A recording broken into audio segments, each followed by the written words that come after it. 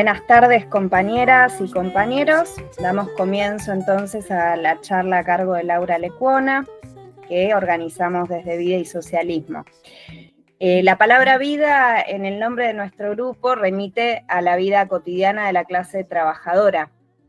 Las mujeres somos la mitad de la población humana, por lo tanto los problemas específicos que nos afectan en tanto mujeres, a su vez problemas de la mitad de la clase trabajadora. Esto no significa que los varones no tengan ninguna obligación con nuestras reivindicaciones, lo que significa es que en tanto objeto de la opresión patriarcal, las mujeres somos el sujeto de nuestra propia liberación.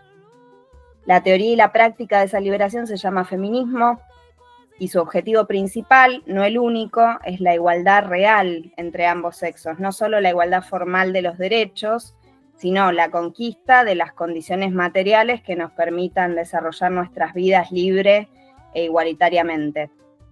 Por eso consideramos que la agenda feminista, cuyo sujeto político somos la mitad de la humanidad, necesita también una alianza con la agenda del conjunto de la clase trabajadora.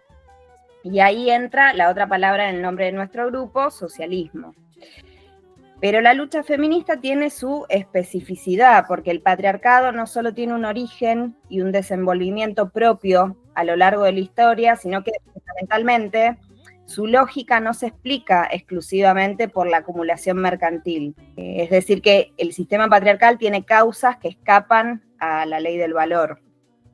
Hoy vamos a tratar un problema de la agenda feminista, la abolición del género, es decir, la lucha contra los estereotipos sexistas, o, recogiendo la posición que expresa Laura en su texto con respecto a la confusión que establece desde hace mucho tiempo el término género, la abolición del patriarcado. Lo que nuestra invitada va a desplegar permitirá esclarecer varias cuestiones. Una de ellas es precisamente que el concepto de identidad de género disuelve al sujeto político del feminismo, a la vez que destruye logros históricos del movimiento feminista en materia de legislación, reconocimiento en las competencias deportivas, educación feminista, derechos laborales, presencia de las mujeres y feministas en la academia, entre otros. A su vez, desaparece espacios propios de mujeres que fueron históricamente conseguidos y sostenidos para hacer política, pensar, discutir, manifestarnos entre nosotras. Invitamos a Laura Lecuona porque su libro, Cuando lo trans no es transgresor, nos parece la obra más clara, sólida y contundente de todas las que hemos estudiado acerca de los problemas actuales de las mujeres desde una perspectiva feminista radical, es decir, desde una crítica al patriarcado que va a la raíz de la opresión, a las causas de los fenómenos que padecemos cotidianamente. Y si no leímos mal, todo el libro se articula alrededor de una crítica medular, la crítica a la idea de identidad de género. Esta crítica puede sonar abstracta, alejada de nuestro día a día, un peligro inminente, pero sin embargo, como dice una canción muy conocida de una banda local, el futuro acá llegó hace rato. En el caso de Argentina ocurre que el transactivismo ha logrado echar raíces con escasísima resistencia y visibilidad para el grueso de la población.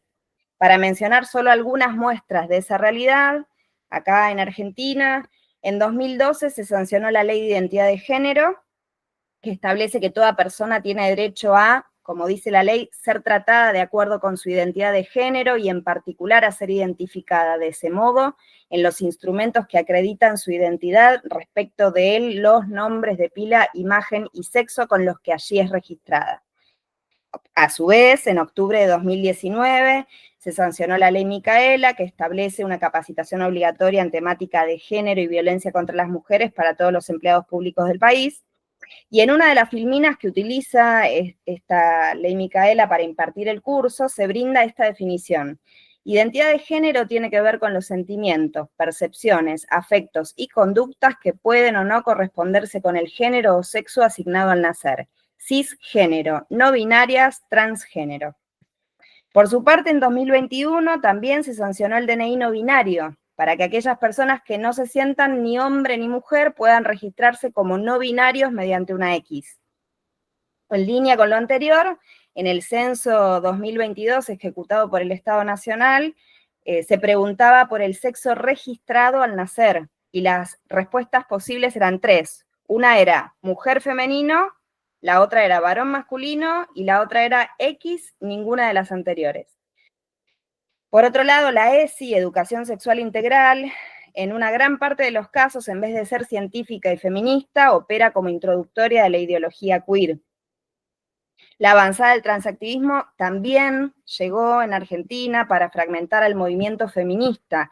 El gobierno financió con fondos estatales el encuentro llamado Plurinacional de Mujeres Lesbianas, Travestis, Trans, Bisexuales, Intersexuales y No Binarias, para vaciar el histórico Encuentro Nacional de Mujeres que se realizaba con independencia política y de manera autogestiva desde 1986. En estos encuentros sustituyeron la categoría mujer por nominaciones que nos cosifican y nos fragmentan como cuerpos gestantes, cuerpos menstruantes, y reemplazaron la agenda feminista por otra que no nos considera su sujeto político fundamental. Como último punto, aunque habría un montón, pero para situar lo que ocurre en Argentina desde hace rato, también tenemos muchos casos de persecución ideológica, por ejemplo, en el ámbito de la academia, hacia quienes cuestionan el transactivismo. Hay un caso que está adquiriendo mucha visibilidad en este momento, que compañera de WDI de Laura, María José Binetti, que está en este momento en litigio contra la Universidad de Buenos Aires por persecución y discriminación ideológica y violación del derecho de libertad de pensamiento y de cátedra. Bueno, por todo esto, desde Vida y Socialismo organizamos estas charlas y también las compañeras de Feminismo y Socialismo dentro de Vida y Socialismo tenemos espacios de formación feminista durante todo el año específicos para mujeres, solo de mujeres, para estudiar, pensar, discutir entre nosotras, formarnos.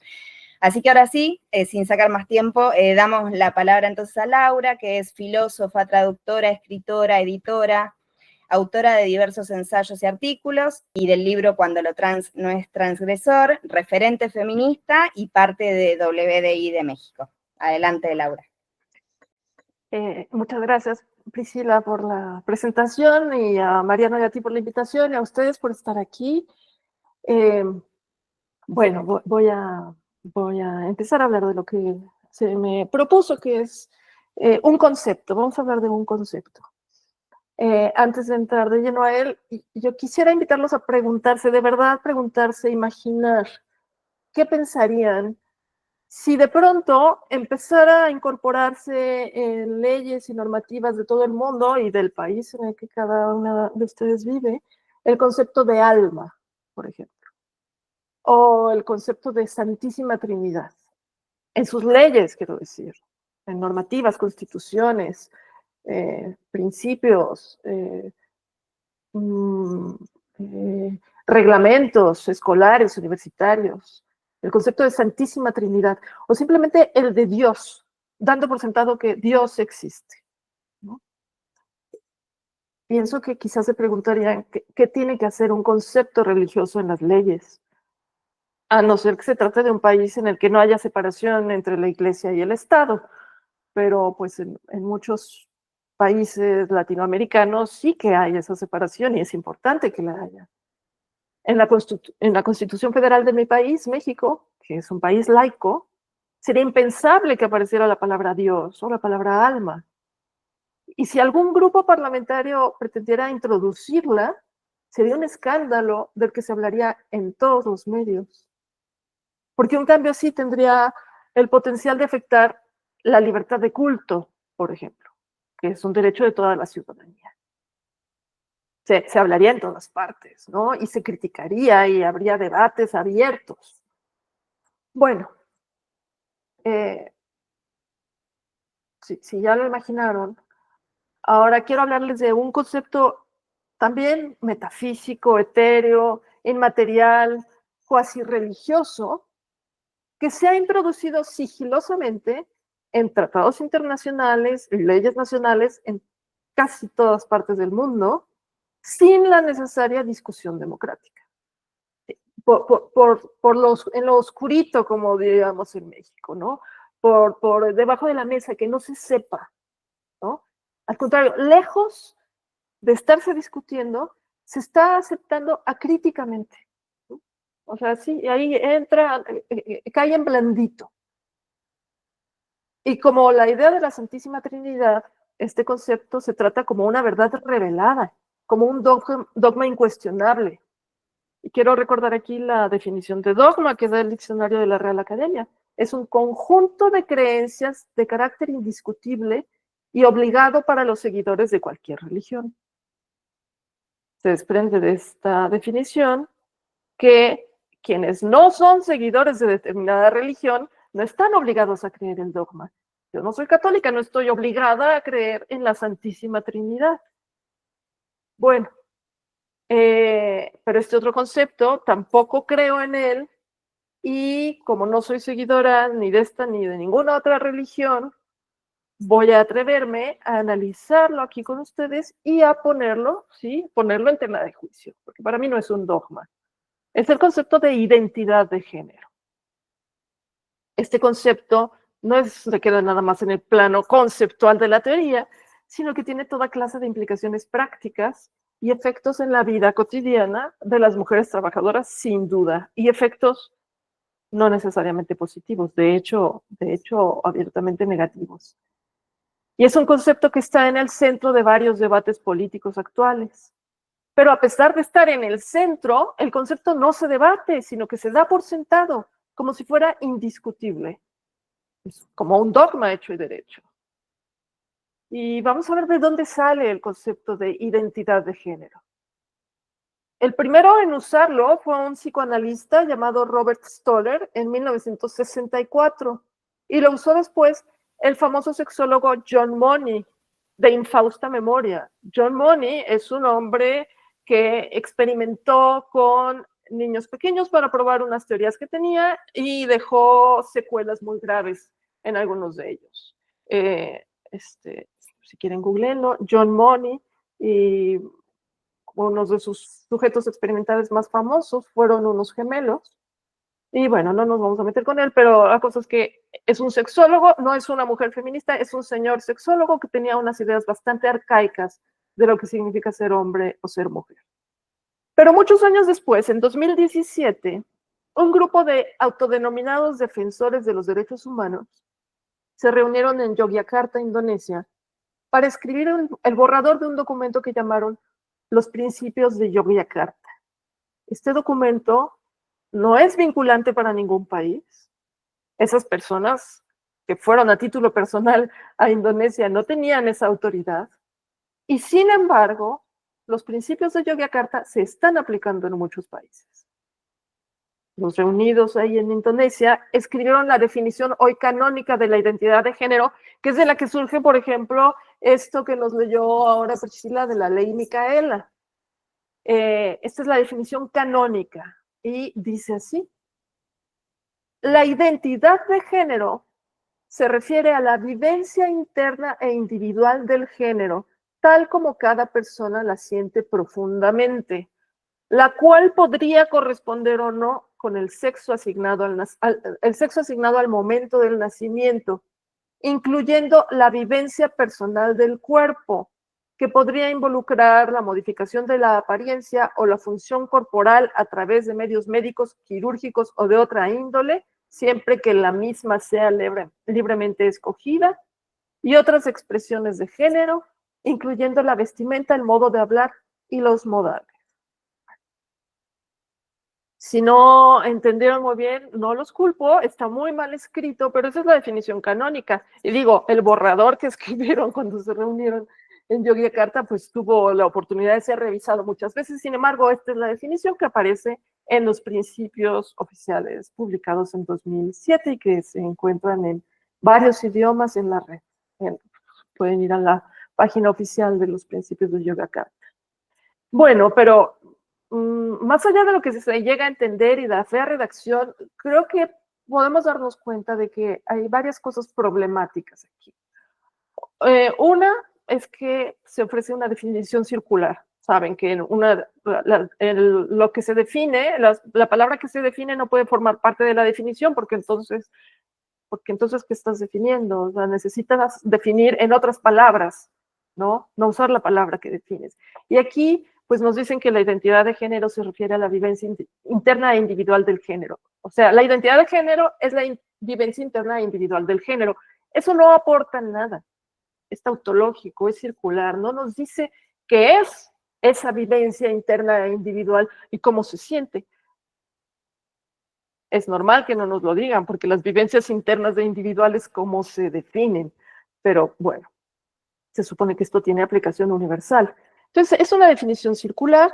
Luego dicen algo que tendría que brincarnos, que es que hablan del sexo asignado al momento del nacimiento. El problema está ahí con el verbo asignar, ¿no? Se asignan papeles, se asignan tareas, pero no, el sexo no se asigna, el sexo, la gente nace con un sexo y de hecho en el momento de la concepción se define el sexo. En el momento en que se unen el óvulo y el espermatozoide, ahí se define el sexo. No es que alguien lo asigne después. Y ese sexo, que hay de dos sopas, o masculino o femenino, hombres o mujeres, se puede detectar en un estudio de la sangre de la mujer embarazada. Entonces nadie lo asigna al momento del nacimiento, como dice aquí, sino que ya se trae, ¿no? Los bebés nacen con un sexo y el sexo se reconoce a simple vista, en la inmensa mayoría de las veces. Y luego, esto de vivencia interna e individual del género, pues para poder entender un poco mejor qué puede ser una vivencia interna e individual del género, vamos a detenernos en la palabra género. Seguramente varios de ustedes han asistido a alguna clase o bueno, sí, alguna clase de una feminista que nos explica cuál es la diferencia entre sexo y género. Eso es algo muy socorrido ahora. No. Están confundiendo sexo y género, por eso no entienden esto o lo otro. Entonces nos explican la distinción entre sexo y género. Voy a pasar por encima de ella porque estoy segura de que muchos lo han escuchado, pero básicamente lo que nos dicen es que sexo es lo biológico y género es lo social. Sexo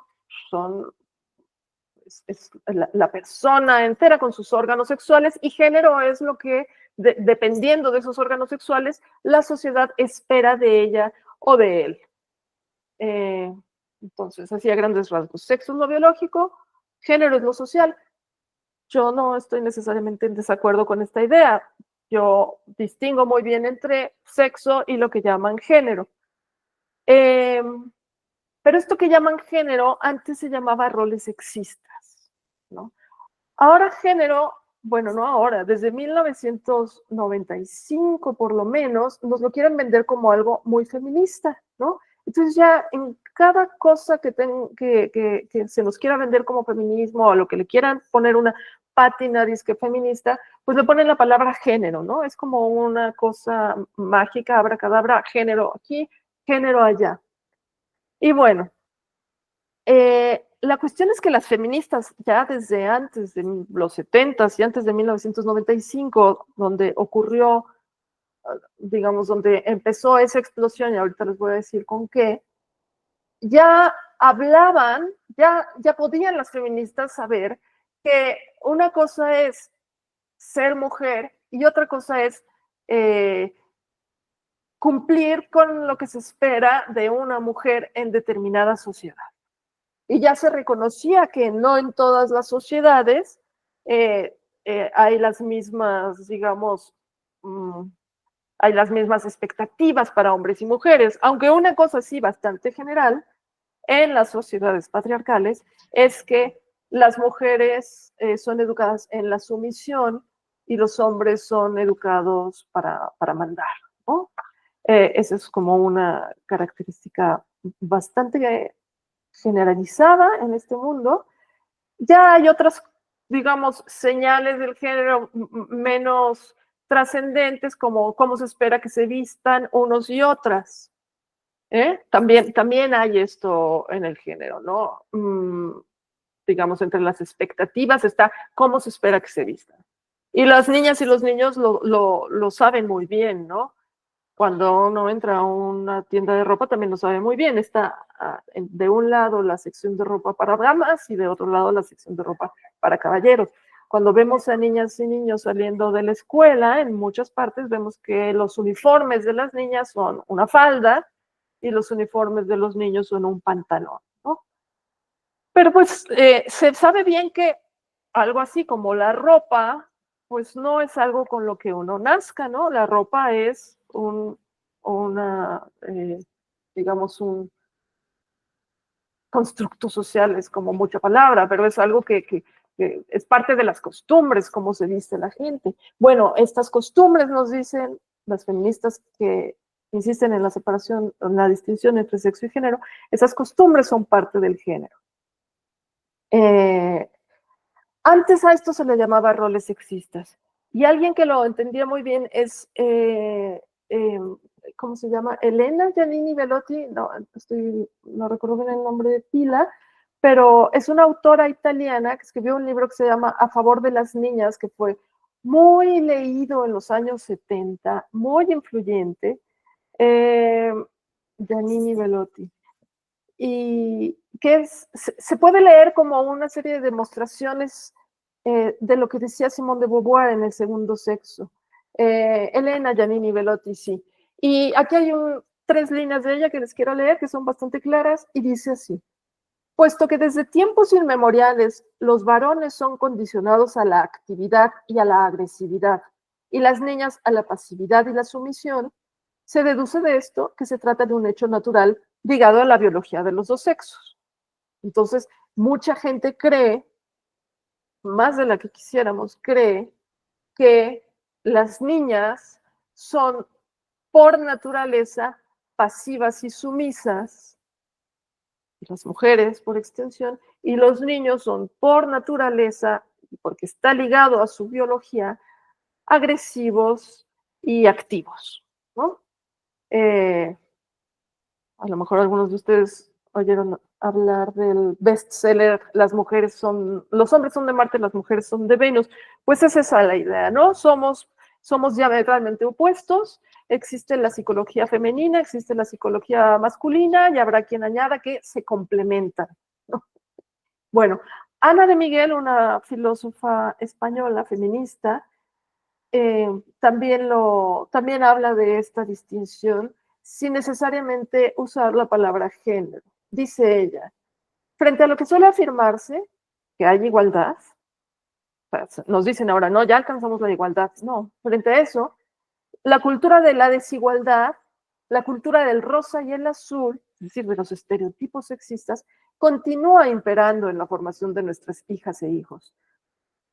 Y estamos tan familiarizados con las normas, sin usar la palabra género, con las normas de género, que ni siquiera las vemos, son invisibles, las consideramos naturales.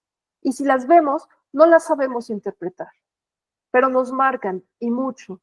Estas marcas van a determinar en buena medida nuestras elecciones libres y nuestras vidas. Estas marcas, ¿no? Esa socialización en la que crecemos. Hay mucha gente que se cree más allá del bien y del mal y dice, no, a mí eso no me toca, no hay manera de que no nos toque. Bueno, entonces, muchas feministas empezaron a adoptar esa palabra género que proviene de la sexología, este mismo John Money del que les hablé. Y ahora creeríamos, o muchas creen que es una palabra que pertenece a la genealogía feminista, como dicen. Y bueno, y quiero decir a favor de ellas, cuando dicen que hay que distinguir entre sexo y género, no están diciendo que sexo y género vayan cada uno por su lado y que cualquier persona del sexo que sea puede optar a placer por el género femenino o el género masculino ni renunciar a él a voluntad. Tampoco significa que los roles sexistas se asignen arbitrariamente, ¿no? Forman parte de una manera de socializar dentro de una cultura. En los hogares tradicionales se sabe bien a quién le toca ayudar a la mamá en la cocina y servirles a los hermanos y al papá, ¿no? No es de a quién no, saben que es la niña la que tiene que ayudar a la mamá en la cocina y servirles a los hermanos y al papá. por no hablar de manifestaciones más brutales de este sexismo y de esta diferencia tradicional entre lo femenino y lo masculino, ¿no? Bueno, no. Cuando se dice que distingamos entre sexo y género, o entre sexo y roles sexistas, como propongo yo, significa que la feminidad y la masculinidad no son características intrínsecas a nuestro ser, que surjan de manera espontánea en hombres y mujeres, respectivamente. Como surgen, sí surgen, los caracteres sexuales secundarios, sino que estos roles, esto que llaman género, surge en grandísima medida de un sistema de valores que se aprende y se enseña en la casa, en la escuela, en la calle, en la iglesia, en la comunidad, por medio de juegos, tradiciones, manifestaciones culturales artísticas, religiones, costumbres, canciones, series televisivas. Pero estas invenciones no son un simple adorno, no es nada más de qué color me visto. Esas invenciones, que unas llaman género, cumplen un propósito de control social. En 3 palabras, mantener a las mujeres en la sumisión y a los hombres mantenerlos como clase dominante, ¿no? Ya por muchos años ha habido una crítica a esa palabrita, no al concepto, no a la idea de que no por nacer mujer u hombre estás condenada, o sea, no por nacer mujer estás condenada a tener un marido, tener unos hijos, servirles, ser subordinada y dedicarte al hogar. No. O sea, eso lo sabemos, ¿no? Una cosa es tener un sexo y otra cosa es cumplir con lo que se espera tradicionalmente de ese sexo. O sea, el concepto lo compartimos, pero la palabra es problemática. Sheila Jeffries en 2014 ya lo decía, ella es una feminista inglesa muy, muy influyente, abolicionista, y escribía ella en su obra Gender Trouble, que ya existe en español. Perdón, Gender Trouble, Gender Hurts, ay, qué barbaridad. Gender Hurts, Gender Trouble es otra cosa completamente distinta de otra filósofa estadounidense que se llama Judith Butler. Pero Gender Hurts, el género duele, es el libro de Sheila Jeffries y dice ella, el mismo término género es problemático. Quienes lo usaron por primera vez en un sentido que no fuera gramatical fueron sexólogos que participaban en la normalización de los menores intersexuales. Usaban el término para referirse a las características conductuales que más apropiadas consideraban para personas de uno u otro sexo biológico. Su propósito no era progresista, eran hombres conservadores que creían que debía haber diferencias claras entre los sexos y buscaban crear nítidas categorías sexuales mediante sus proyectos de ingeniería social. Desafortunadamente, algunas feministas teóricas adoptaron género en la década de 1970. Antes de eso, la expresión que más se empleaba para describir las características socialmente construidas era roles sexuales. La palabra rol o papel connota una construcción social y no se prestaba a la degeneración que ha sufrido el vocablo género y que le ha permitido ser blandido por los activistas transgénero de manera tan efectiva. Bueno, sí, ya en 2014 Sheila Jeffries se lamentaba, pero es importante aquí que veamos, no es una palabra que haya formado parte de la teoría feminista desde hace décadas, es históricamente bastante reciente. La idea no es reciente, la idea ya la podían tener las feministas del siglo XIX, aunque no contaran con la palabra género o con el concepto de roles sexistas, pero cuando explotó fue en la Conferencia Mundial sobre la Mujer de Pekín en 1995, una conferencia de la ONU. Entonces ahí, a partir de ahí, en los tratados internacionales empezó a aparecer género y el enfoque de género, los estudios de género, la adopción de una perspectiva de género, pero sin definirlo bien y sin la claridad de que quien introdujo o quien acuñó la palabra género, el primero que lo usó en este sentido no gramatical, era alguien que tenía ideas muy conservadoras sobre el papel que debían tener las mujeres y los hombres. No era un feminista.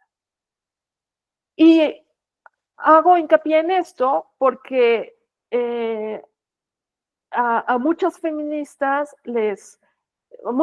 se resisten a dejar de usarla. Y yo, y me pidió Priscila que hablara de esto, un poco yo propongo dejar de usarla porque no la necesitamos. Bueno, se puede buscar una manera de expresar lo que queremos expresar con la palabra género de otra manera.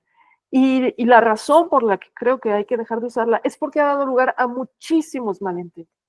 Y se usa igual para decir que las mujeres, que no hay una sola manera de ser mujer, como para decir todo lo contrario, que existe el género femenino y lo traemos de nacimiento, ¿no?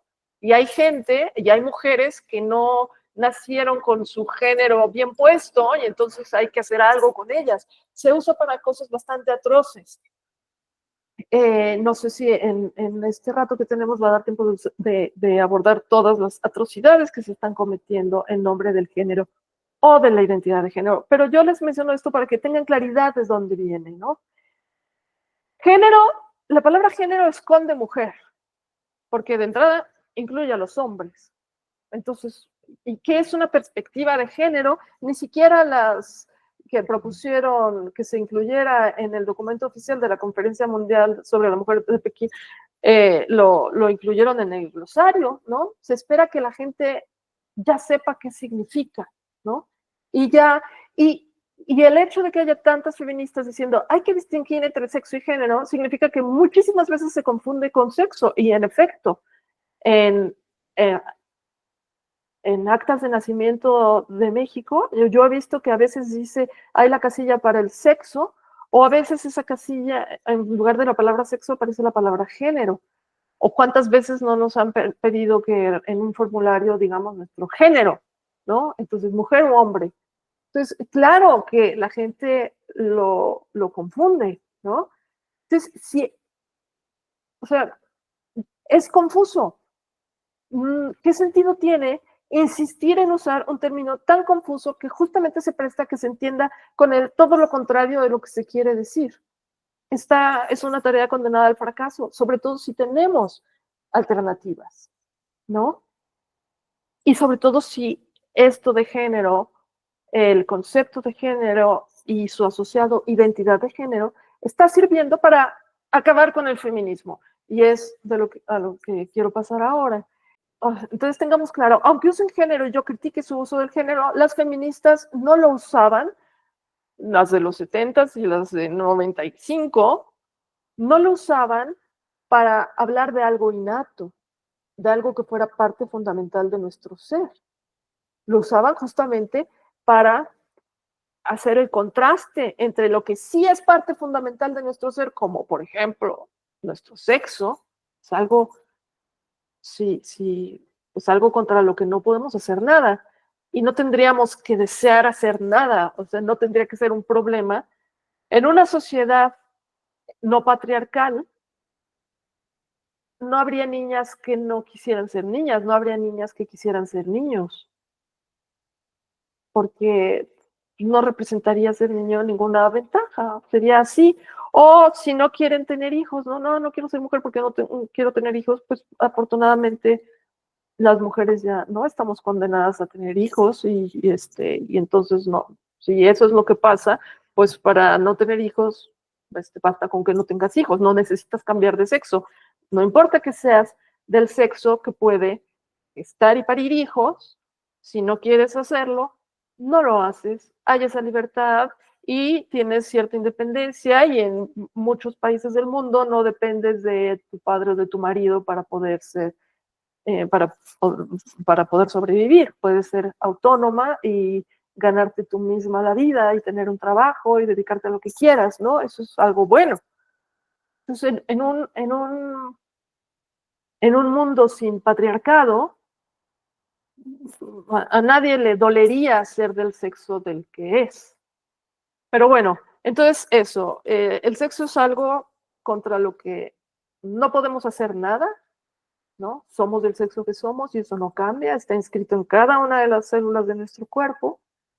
Y el género sí es algo contingente, y las feministas queremos hacer algo con eso que llaman género, y que sería mejor llamar justamente patriarcado. Queremos abolirlo, acabar con eso, acabar con ese sistema social en el que las mujeres están subordinadas a los hombres y con todo lo que eso conlleva, y en un mundo con violencia masculina a la orden del día. Queremos acabar con eso, ¿no?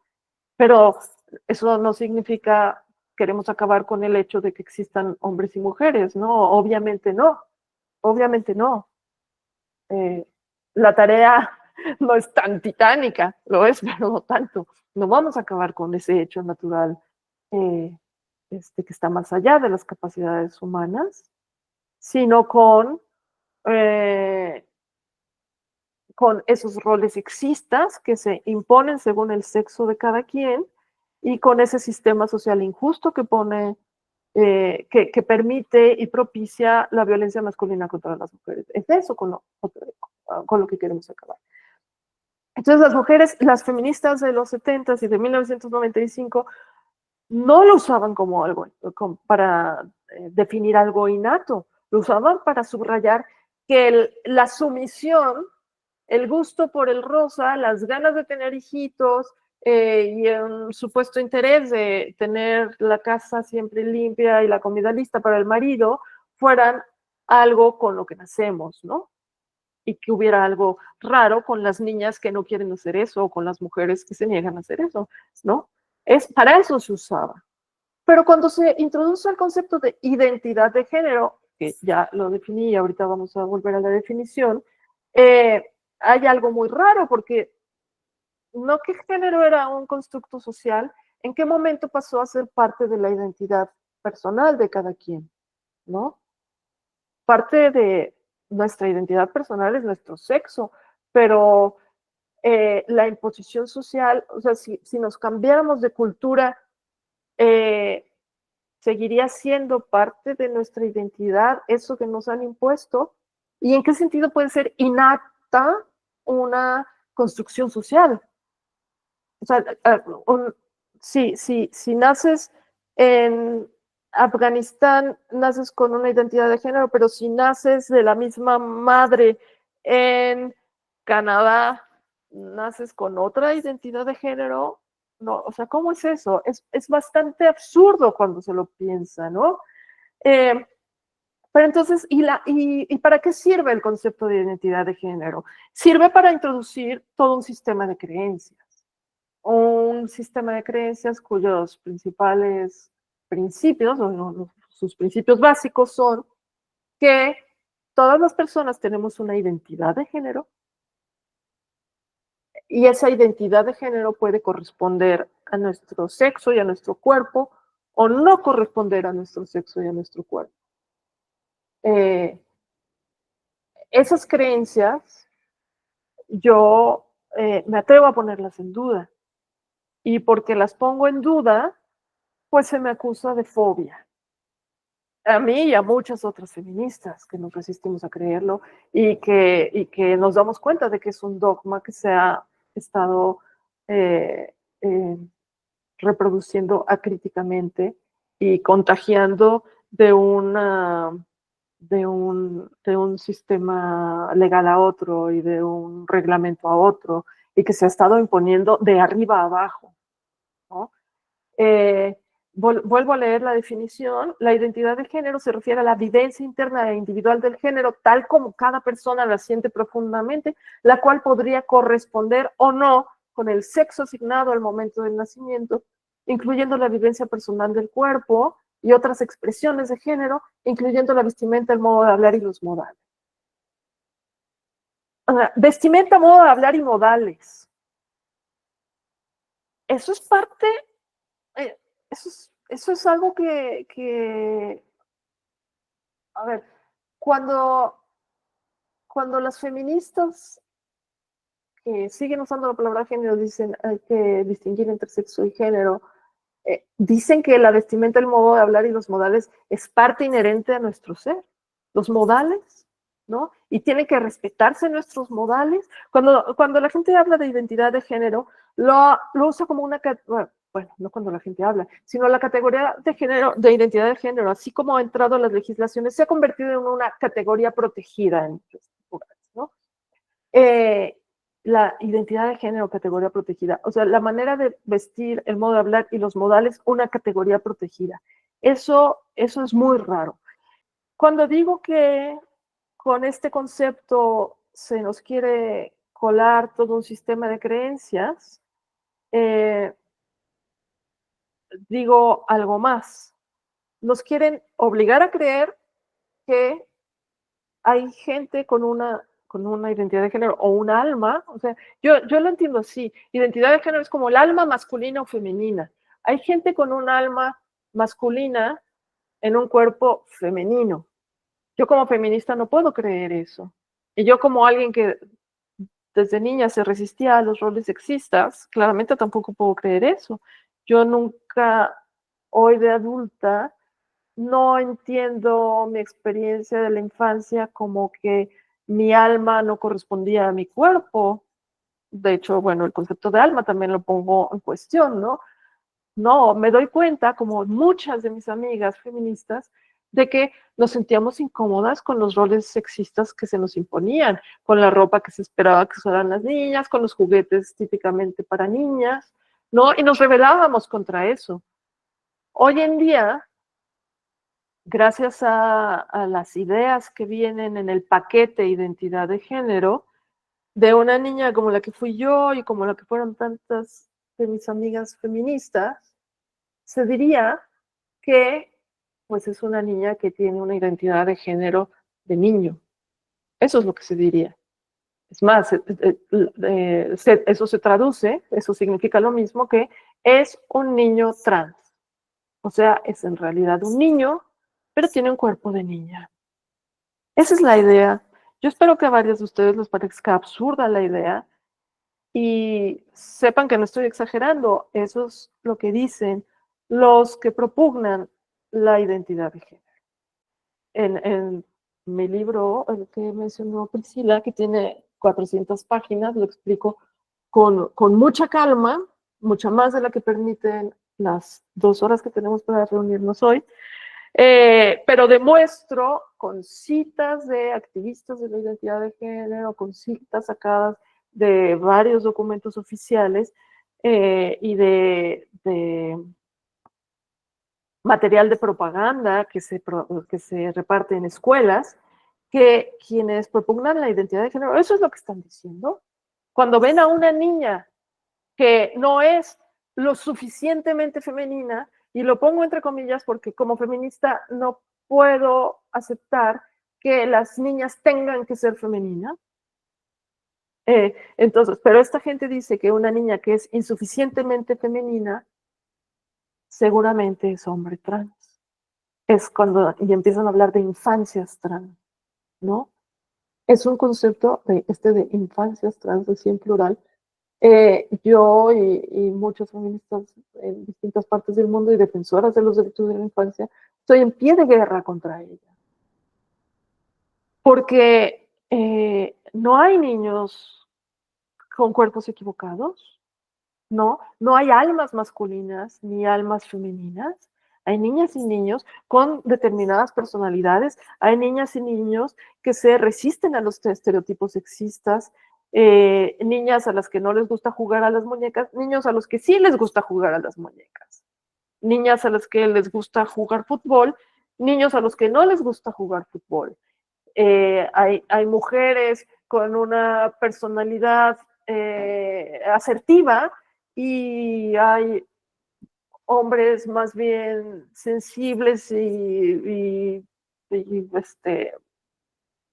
sin personalidad asertiva, ¿no? Además, fíjense, siempre estas ideas estereotípicas sobre cómo deben ser los hombres y las mujeres son, esto sí que es un binario, ¿no? Son, lo femenino es una cosa y lo masculino es su contrario, ¿no? como les decía antes, la mujer está hecha para servir, el hombre está hecho para mandar, según quienes creen en estos estereotipos y los quieren imponer, ¿no? La niña es sumisa, el niño es autoritario, ¿no? Siempre son esta pareja, ¿no? De esta dualidad. En lugar de aceptar las infinitas posibilidades de personalidad que existen, ¿no? Lo reducimos todo a una personalidad masculina o femenina cuando hablamos de identidad de género. O sea, y sostengo algo más. Así como no necesitamos el concepto de género para defender una teoría feminista y explicarla, no necesitamos el concepto de identidad de género. Por supuesto que no lo necesitamos para defender los derechos de las niñas a las que no les gusta, digámoslo en estos términos, performar la feminidad o cumplir con los roles sexistas que se esperan de ellas. Claro que como feministas las defendemos y como feministas no nos parece en absoluto un problema que haya niños sensibles y que no les gusten los juegos violentos. De hecho, nos parece muy bien. Pero hay gente para la que sí representa un problema. Y esa gente que estaría muy contenta si los estereotipos sexistas de los 50 se instalaran nuevamente y llegaran a estar tan generalizados como lo estuvieron entonces, hay gente que estaría muy contenta con ese acomodo de las cosas, que hoy se hace pasar por progresista y por rompedora, diciéndonos, usando la palabra identidad de género. Y entonces estamos en una situación muy extraña, en la que las feministas que siempre hemos defendido que se dejen a las niñas crecer en libertad y que no se les imponga la idea de que tienen que ser madres y de que van a tener que casarse y de que tienen que ser modositas y calladitas y sumisas, obedientes, ahora resulta que somos las conservadoras, ¿no? Porque no creemos en el concepto de identidad de género. Y con esto de que es un dogma, no se nos permite tener esta conversación que estamos teniendo ahora. Digo, no se nos permite, aquí sí, pero en una universidad no, déjenme decirles, en una universidad no podríamos. Por eso María Binetti está en este litigio con la Universidad de Buenos Aires, ¿no?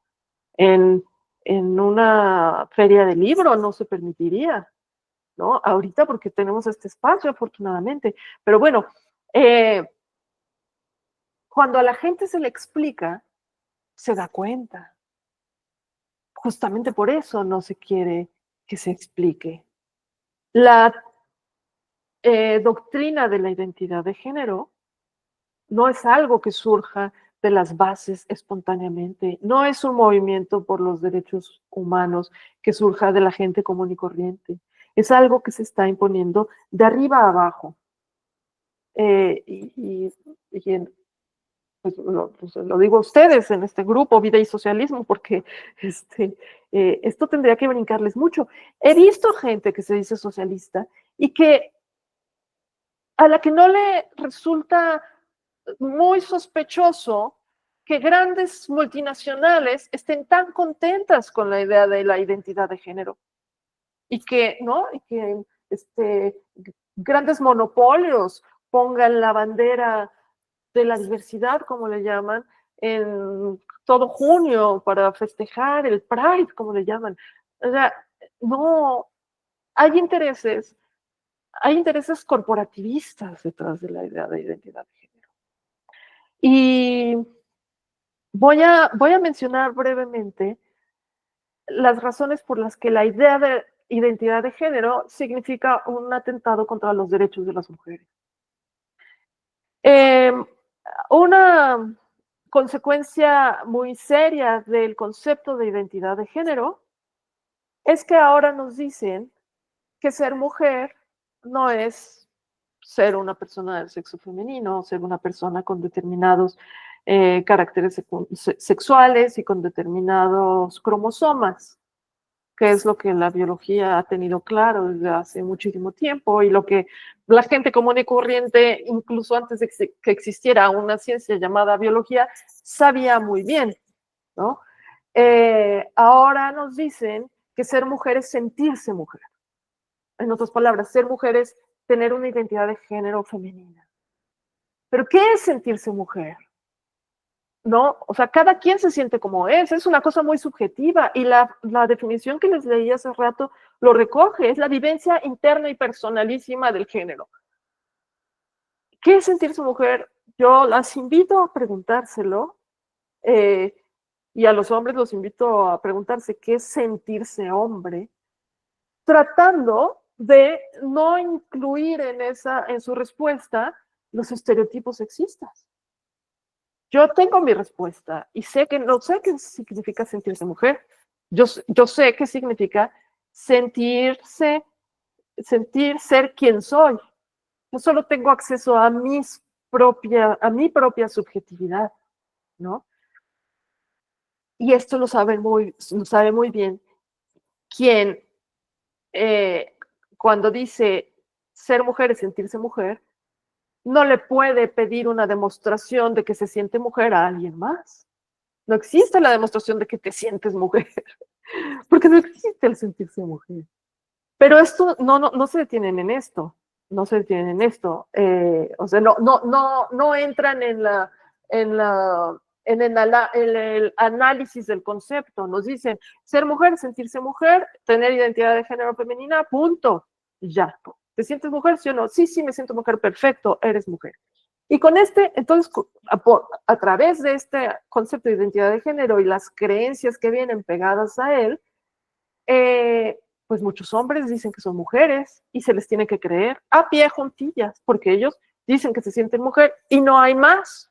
Ser mujer es sentirse mujer y sentirse mujer es decir que aún no se siente mujer. Entonces vienen las mujeres con pene, vienen las mujeres violadoras, vienen las mujeres boxeadoras que les ganan a sus contrincantes en las Olimpiadas, vienen las mujeres diputadas que ocupan curules reservados para las mujeres porque ellos se sienten mujeres, ¿no? Entonces, muchos logros del feminismo a lo largo de muchos años van desapareciendo, ¿no? Entonces nos dicen, ay, son unas exageradas cuando hablan del borrado de mujeres. No te estoy borrando, ahí está, sí, aquí estamos, pero dejan de considerarse, de tomarse en cuenta los derechos que teníamos por el hecho de ser mujeres. En países tan machistas como los nuestros, sí hay que tomar en cuenta cuando alguien es mujer y está expuesta a cierta violencia a la que no están expuestos los hombres, ¿no? Por ejemplo, las cuotas para mujeres, en las cuotas legislativas, los espacios reservados para mujeres en legislaciones, tienen en cuenta que tradicionalmente ha sido muy difícil que se acepte a las mujeres dentro de la política. Y ha sido muy difícil que las mujeres, bueno, para empezar, el derecho al voto es bastante reciente históricamente hablando, y el derecho a la participación política también es reciente. Y para garantizar el derecho a la participación política de las mujeres, no pueden quedarse de brazos cruzados y decir, ya pueden participar, porque sigue habiendo resabios de una cultura machista que no permitirían a las mujeres competir en igualdad de circunstancias. Entonces, las famosas cuotas están hechas para digamos, disminuir el desequilibrio entre mujeres y hombres y darles una auténtica oportunidad a las mujeres para competir en política. Entonces existen las cuotas de género, se llaman. Pero cuando incluso un hombre puede aspirar a una curul reservada para mujeres, pues ¿de qué se trataron las cuotas? Cuando en una legislatura paritaria, donde se supone que debe haber el mismo número de hombres y mujeres, hay 2 o 3 o 4 hombres posando como mujeres, o sea, 53 o 54 hombres y 46 o 47 mujeres, pues ya no es paridad, hay más mujeres que hombres, ¿no?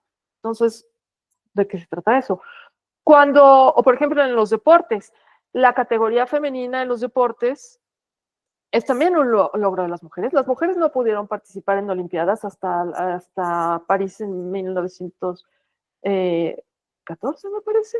Bueno, no, París en 1900. Antes las mujeres no podían participar y pasaron muchos años para que hubiera mujeres en todos los deportes, ¿no? Había deportes reservados para hombres. Ahora vemos con mucha más naturalidad que hace 20 años que haya, por ejemplo, equipos de fútbol de mujeres y haya partidos de fútbol de mujeres. Antes no había, cuando yo iba a la escuela, pues eso no se pensaba. La cancha era para los niños que jugaban fútbol y nunca veías a una niña jugando fútbol. Las niñas siempre estaban alrededor de la cancha platicando. Eso siempre, no sé si ustedes vivieron algo parecido, pero ahora es bastante más aceptable. Pero bueno, supongo que no les tengo que explicar a ustedes que los cuerpos de las mujeres y los cuerpos de los hombres son distintos y los hombres tienen más fuerza y más velocidad que las mujeres. Es así. Si ven los récords en distintas competencias deportivas, pues el récord de mujeres, por ejemplo, en términos de segundos en los que hacen la carrera de 100 metros, es más chico que el de los hombres, ¿no? No necesitarías un campeón en los 100 metros planos hombre para romper el récord de 100 metros planos en la categoría femenina. Esto no significa que seamos inferiores las mujeres, significa que nuestro cuerpo es distinto y está hecho de distinta manera y tiene una diferente proporción de grasa y músculo y hay una fuerza distinta. Es así. Si quieren leer más sobre esto, les recomiendo buscar charlas sí, de Linda Blade, que es una coach canadiense que ha escrito mucho sobre esto. Y bueno, no les tengo a ustedes que demostrar que los cuerpos de los hombres son distintos. Tampoco creo que les tenga yo que demostrar que solo las mujeres pueden embarazarse, ¿no? Pero estamos viviendo en estos tiempos raros en los que parece que decir que solo las mujeres pueden embarazarse es anatema. Entonces, bueno, volviendo a las categorías deportivas, en estas Olimpiadas lo vimos. Había, por lo menos en las competencias de box, no nada más en las competencias de box, pero esto fue lo más escandaloso, hubo un par de hombres que compitieron en la categoría femenina y pelearon con mujeres. O sea, vimos como espectáculo deportivo a unos hombres golpeando a mujeres. Esto es alucinante. Y la gente aplaudiéndolos, y la gente convirtiéndolos en héroes. Quiero anotar nada más que aquí, en este caso, los hombres en cuestión no se decían trans, no se decían mujeres, se decían intersexuales. Pero es parte de la trampa, de las trampas conceptuales que están al orden del día en nuestros tiempos. Se decían intersexuales, pero una persona, ya intersexual es una palabra, digamos, que está en desuso. Se les llama personas con una diferencia del desarrollo sexual. Incluso las personas con una diferencia del desarrollo sexual no son algo intermedio entre mujeres y hombres. O son mujeres con una diferencia del desarrollo sexual o son hombres con una diferencia del desarrollo sexual.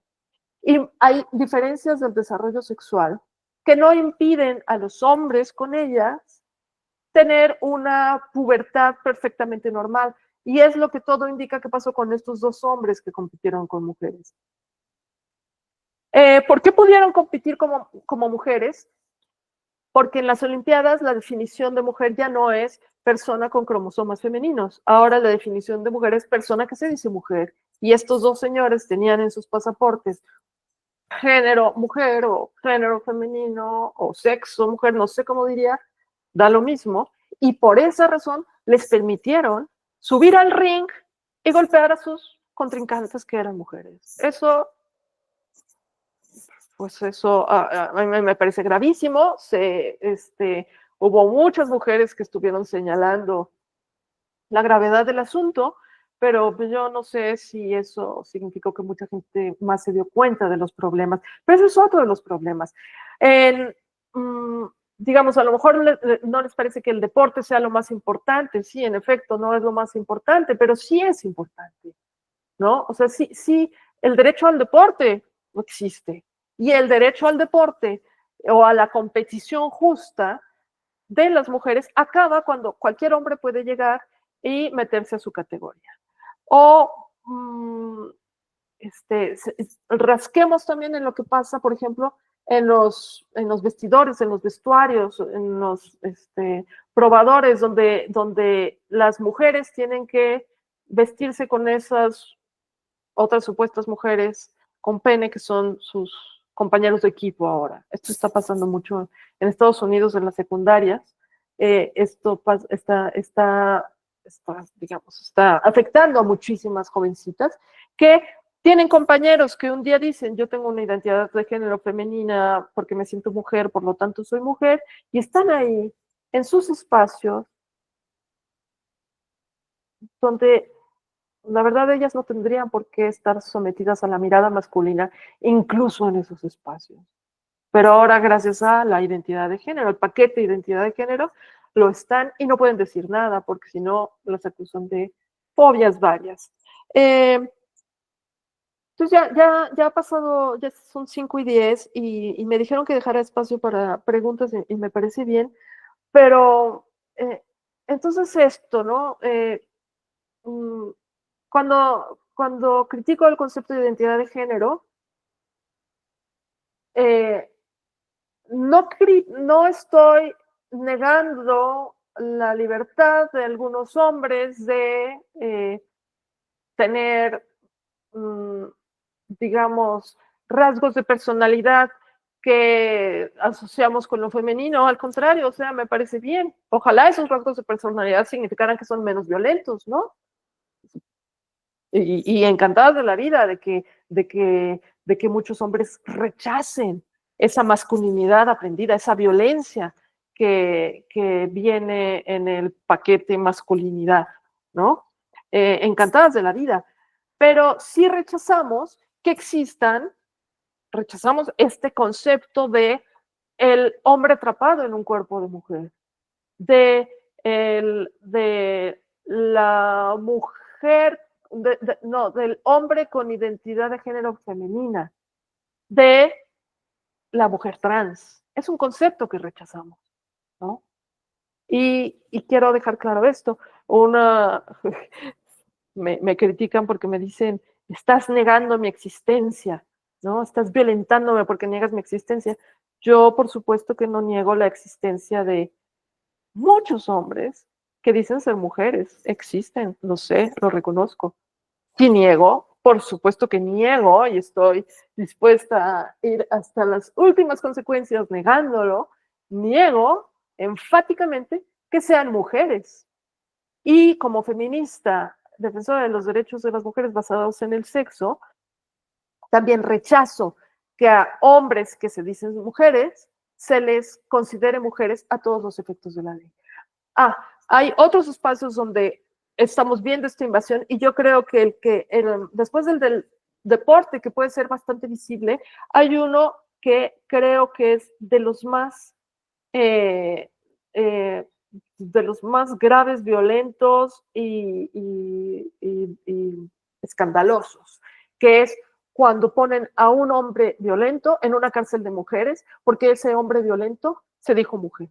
Entonces, las legislaciones, los países que ya se compraron la idea de identidad de género están atados de manos, porque si él se dice mujer, significa que sí es mujer. O sea, desde el momento en que introdujiste estas palabritas, identidad de género, tienes que reconocer, en contra de toda evidencia, en contra de todo sentido común, que ese señor, que ese hombre con cromosomas XY, con genitales masculinos y con fuerza masculina y socializado en el patriarcado, estás obligado a decir que es mujer y entonces él te puede obligar a transferirlo a la cárcel de mujeres porque pues se supone que es mujer y tú ya lo aceptaste.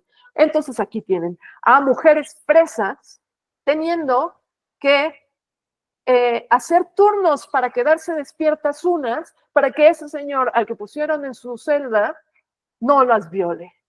Eso es lo que estamos viendo.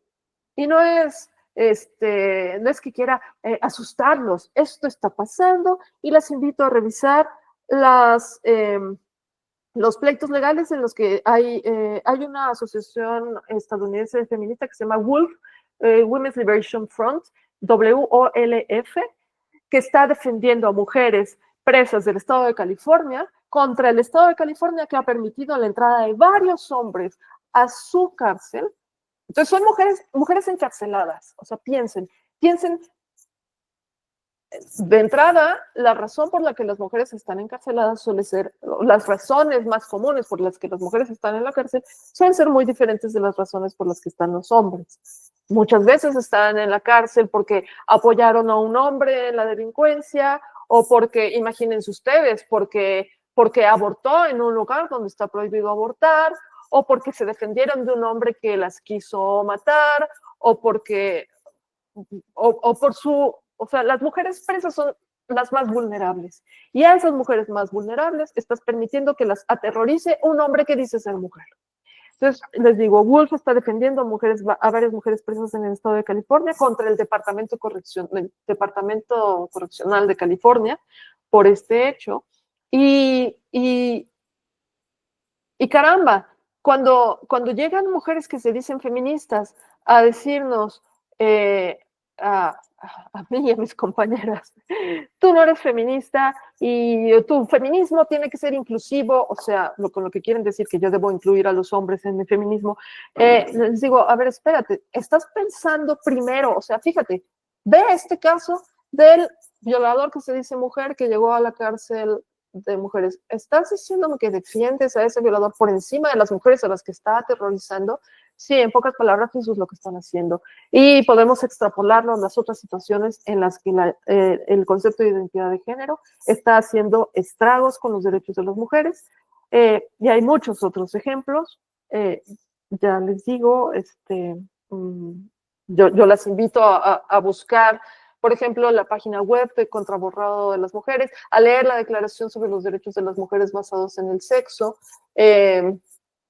a ver algunas de las pláticas que hemos subido en WDI México. WDI significa Declaración Internacional de las Mujeres, es una agrupación de mujeres de muchas partes del mundo en pie de lucha contra los estragos de la identidad de género.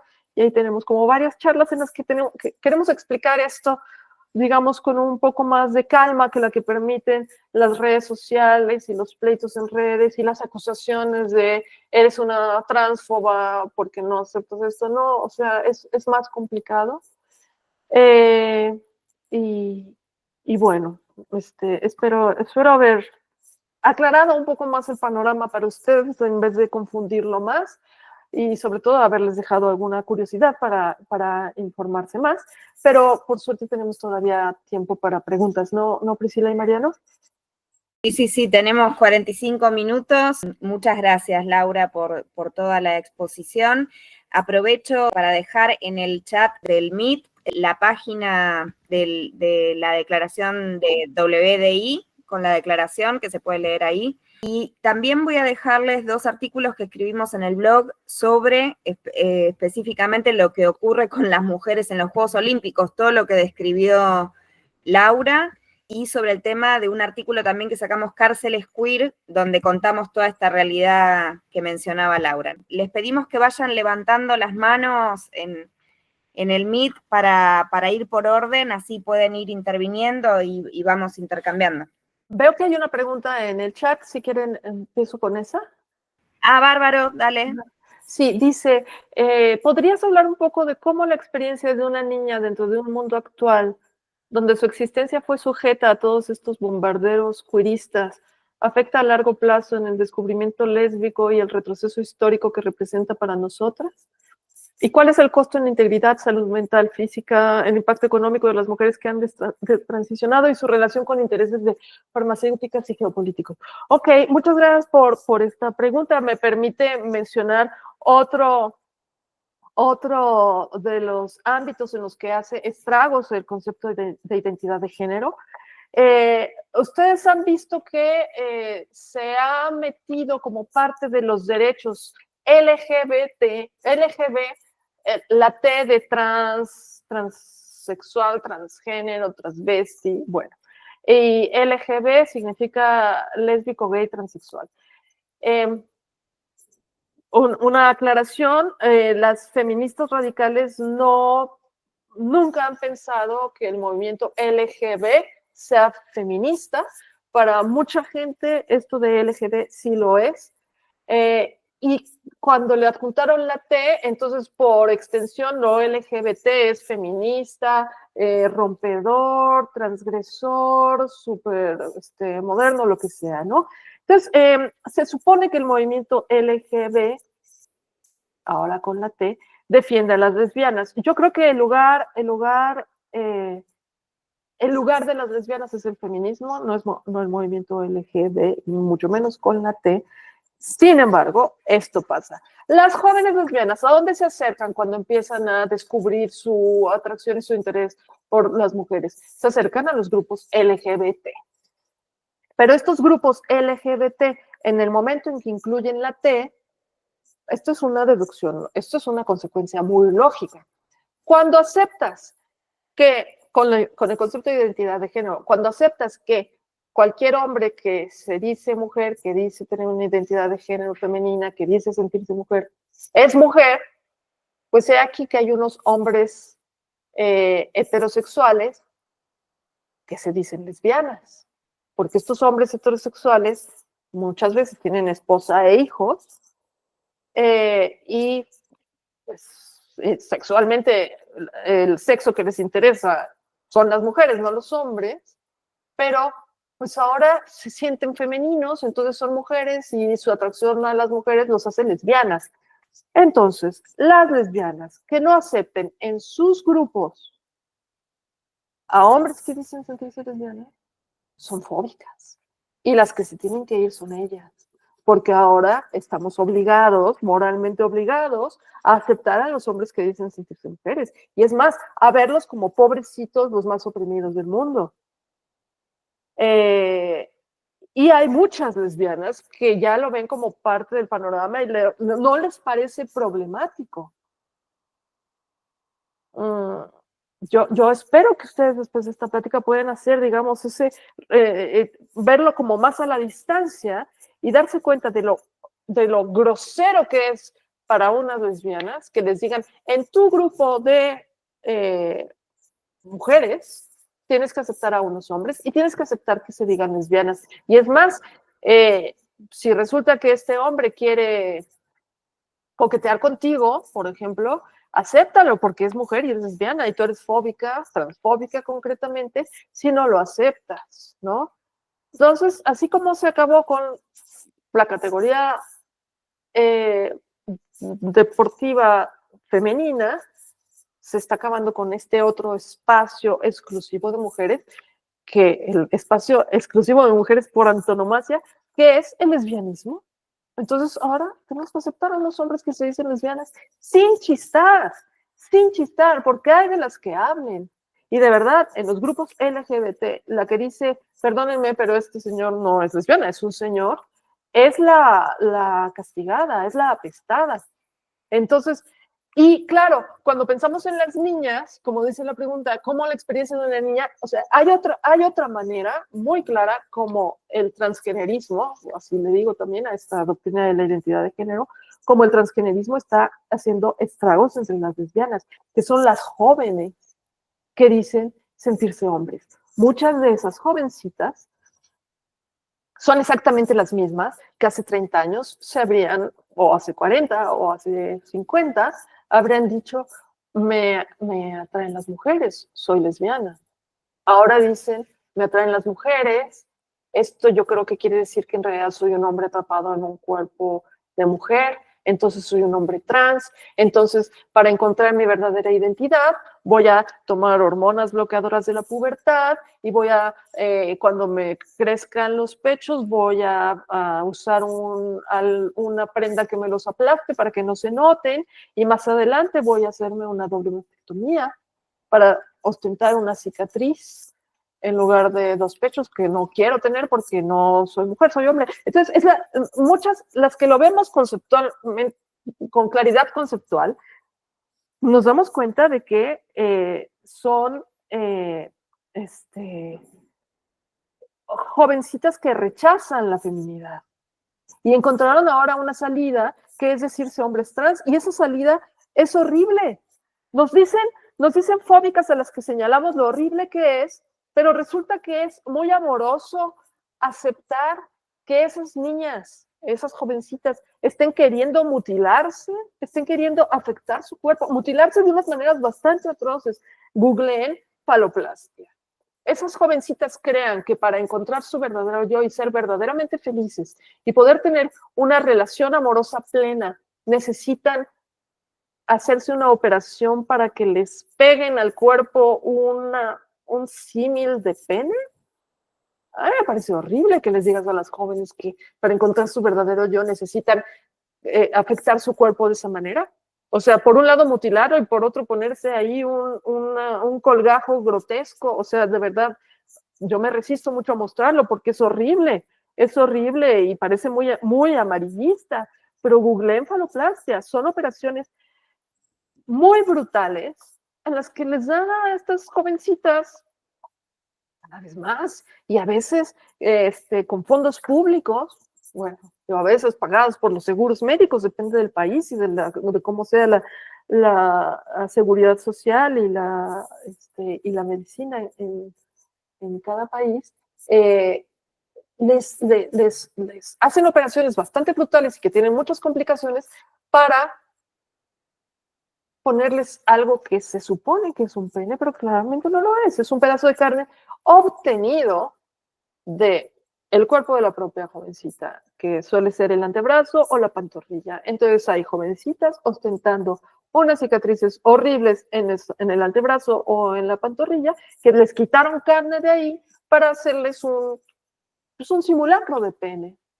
Ahora, ¿en qué mundo escandalizarse ante esto y decir, les están haciendo daño a estos jóvenes, es fóbico, y aplaudir estas operaciones que están haciendo ricos a unos cirujanos plásticos, estos medicamentos que están haciendo ricas a las farmacéuticas? ¿En qué momento son estos los que están del lado de las jovencitas? Y no las feministas que dicen, oye, a ti no te falta un pene, a ti no te sobran partes de tu cuerpo, tú eres perfecta así como eres y puedes amar a una mujer teniendo el cuerpo que tienes y puedes tener relaciones sexuales satisfactorias con el cuerpo que tienes. No necesitas esto que te están queriendo vender, pero en este mundo vivimos. Entonces, ¿cuál es el costo en la integridad, salud mental, física, el impacto económico? Y las mujeres que han destransicionado, claro,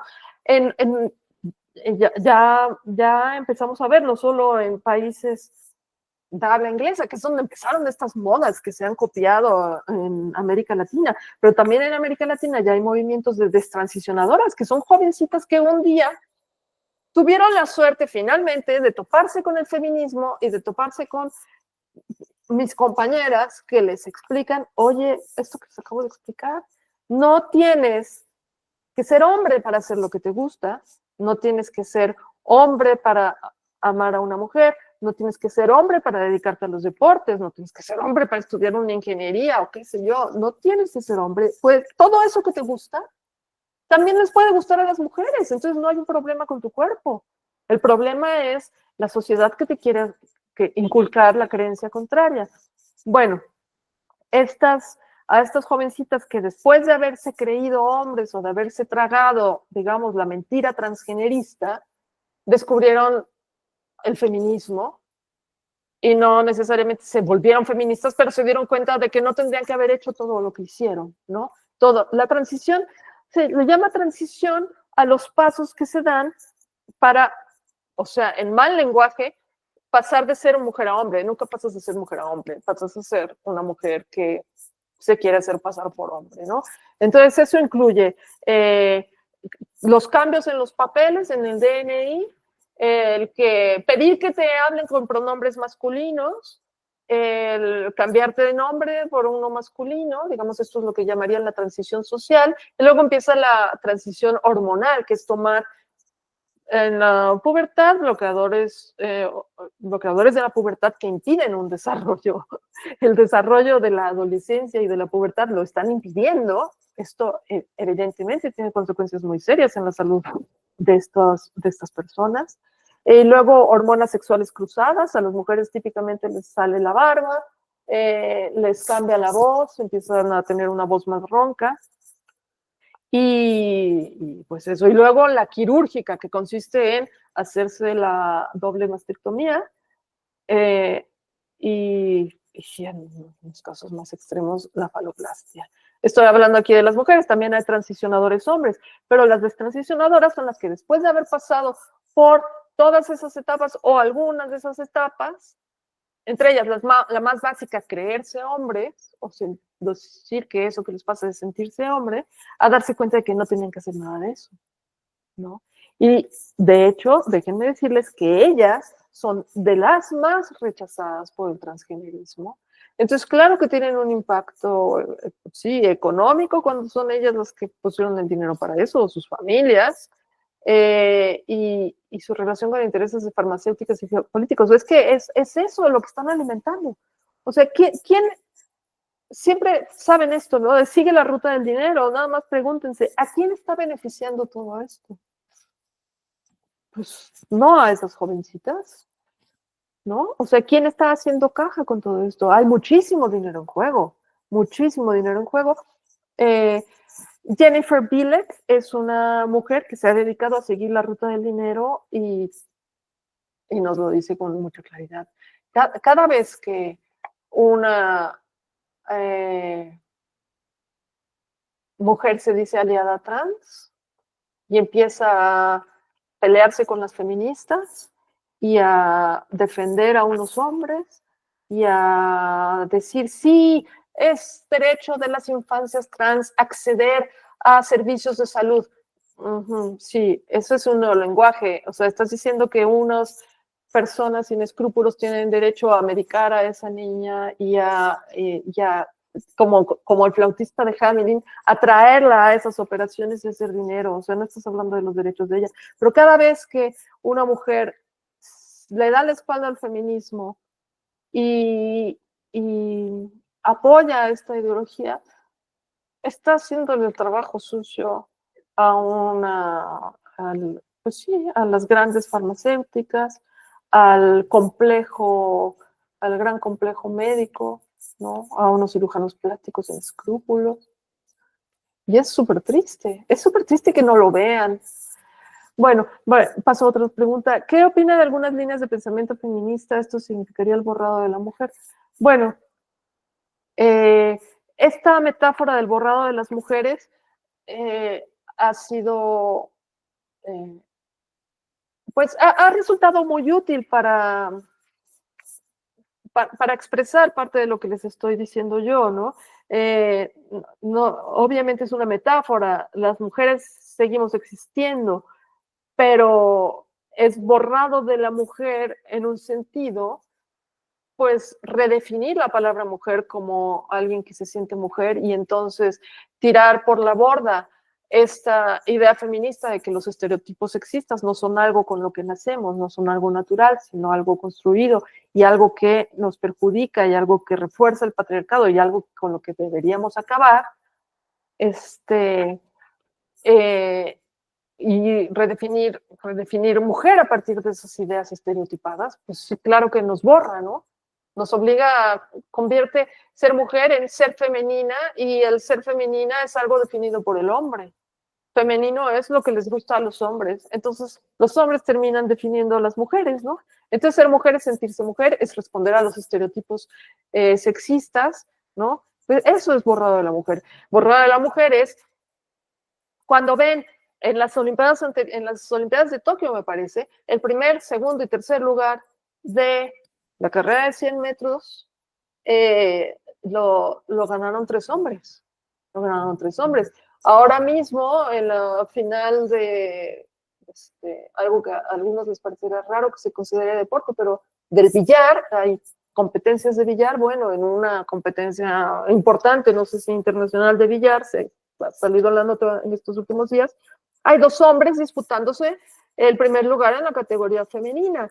En el billar también se necesita fuerza, por eso hay una categoría masculina y una categoría femenina. Pues esto es borrado de la mujer. O sea, ya no están las mujeres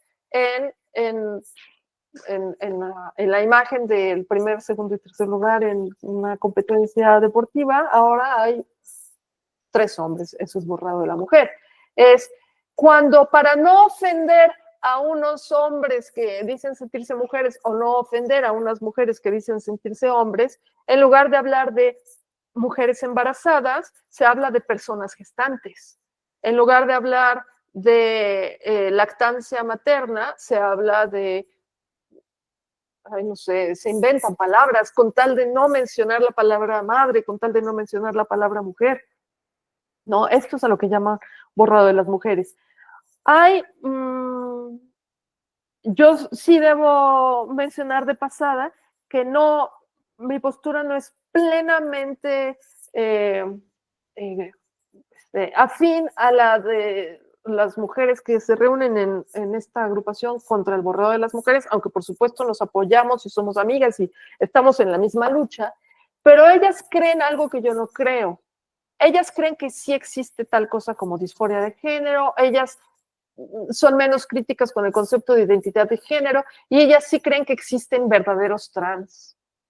Yo no creo que existan las personas trans, porque no creo que existan los cuerpos equivocados, no creo que ser mujer sea un sentimiento, no creo que haya personas que de veras se sienten en el cuerpo equivocado, ¿no? O hay hombres que de veras es parte de su ser vestirse con falda y lo que sea, ¿no?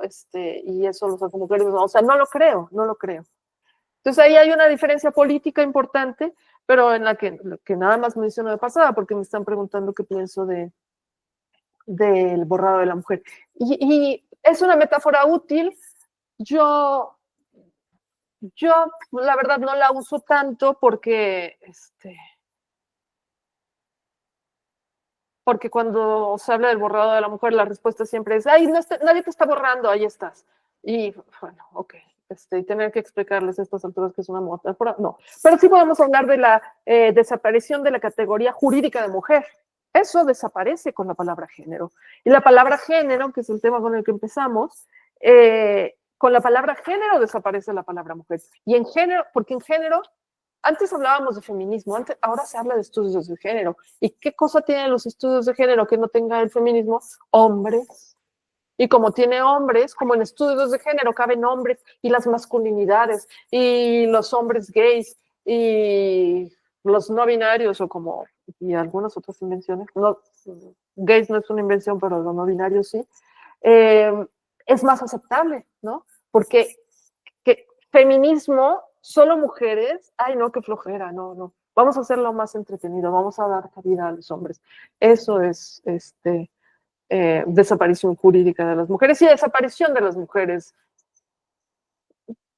pues a la larga de la vida pública. O sea, si nos damos cuenta de la velocidad a la que esto está avanzando, yo creo que todos tendríamos que estar como alertas y bueno, ahorita sigo con las preguntas, pero sí quiero aprovechar este momento para yo sé que es difícil hablar de estas cosas por esta acusación de fobia, ¿no? Y porque muchas sí se arriesgan a que las despidan de su trabajo, a perder amigos, a que las vean como las malas, ¿no? Pero primera invitación a seguirse informando. Segunda invitación a pensar si hay alguien con quien lo puedan hablar sin arriesgarse, ¿no? Se van a dar cuenta de que hay muchas otras que piensan como ustedes. Estamos, entre estas cosas raras que estamos viviendo, también vivimos una falsa idea de que todo el mundo está de acuerdo con esto, porque todo el mundo se quiere presentar como de acuerdo con esto, ¿no? Como que aceptamos, sí, somos súper incluyentes porque nadie se quiere ver mal, pero mucha gente en lo individual se lo cuestiona, dice, hay algo muy raro aquí, y entonces sí, yo creo que es un paso importante platicar con amigas, decirles, oye, ¿qué te parece esto? Oye, mira esto que leí, ¿no? Y ya un paso más allá sería en su lugar de trabajo decir, oigan, yo no estoy de acuerdo con que me pidan mis pronombres, por ejemplo, ¿no? No son mis pronombres. Yo no necesito explicar que mis pronombres son ella. O sea, soy mujer, lo sabe la gente. O sea, tengo que poner soy mujer en mi tarjeta de presentación.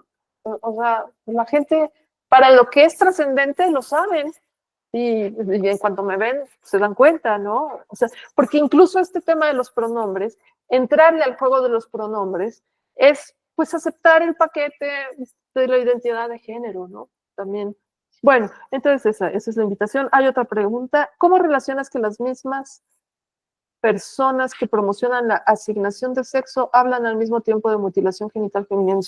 Claro, son unas de tantas contradicciones. No, a ver, promocionan.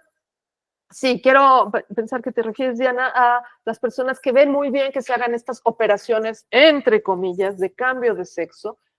Las palabras que prefieren para describir las personas que están a favor de ellas son cirugías de reasignación sexogenérica. Eso suena mucho menos dramático que mutilación genital, que es lo que hacen en algunos casos con los hombres y incluso con las mujeres a las que les hacen la paloplastia. Eso es una mutilación genital.